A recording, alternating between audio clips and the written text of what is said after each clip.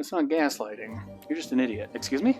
Russia's coverage of Ukraine, your mother-in-law saying you're pitting your kids against her, those are just disagreements. Well, manipulation techniques like gaslighting can be really hard to spot because they're not always clear-cut, and that's kind of why they work. No, gaslighting just gets used way too much. What an odd stop on a historical tour. This is my house. Okay, buddy. Why are you in my house?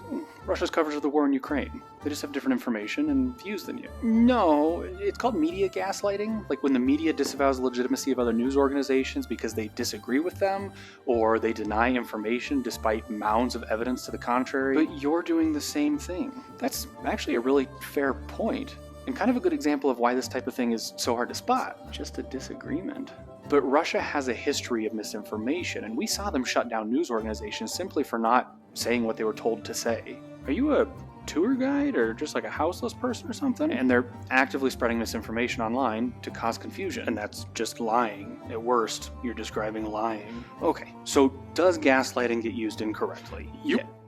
Yes, but the more educated we become around manipulation techniques, the more we're going to spot them. And the funny thing is, some of the things that we used to call lying were in fact gaslighting. Well, your mother-in-law, she's just upset that you're letting your kids not give her hugs. She's entitled to her emotions. Absolutely she is, but she's trying to tell me that my intentions are to hurt her. But you're also telling her her intentions because gaslighting is intentional. Oh, yeah, that's a good point.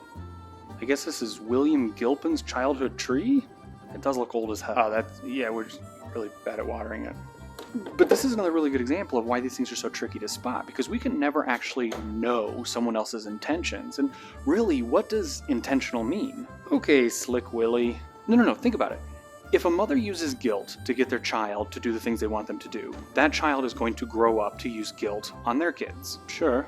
So if the mother-in-law in this scenario was raised using guilt, and she is hurt because she's not getting the attention that she wants from her grandkids, so she responds with what she knows. Now, is that intentional? Especially if she hasn't taken the time to reflect and see that that type of behavior is harmful. Well, to some degree, yes, but that's guilt tripping, it's different. But if she's using guilt to get me to doubt that my intentions are to support my child and are actually me trying to hurt her, it's still somewhat intentionally using confusion to get me to doubt my mind and prevent her from having to take ownership of her part in the situation. It's just not gaslighting, bro. You can't just reinvent words. Alright, well, that's my perspective. I understand that these things are messy. Well, you're just some houseless guy squatting at a historical site. Why do I give a shit what you think?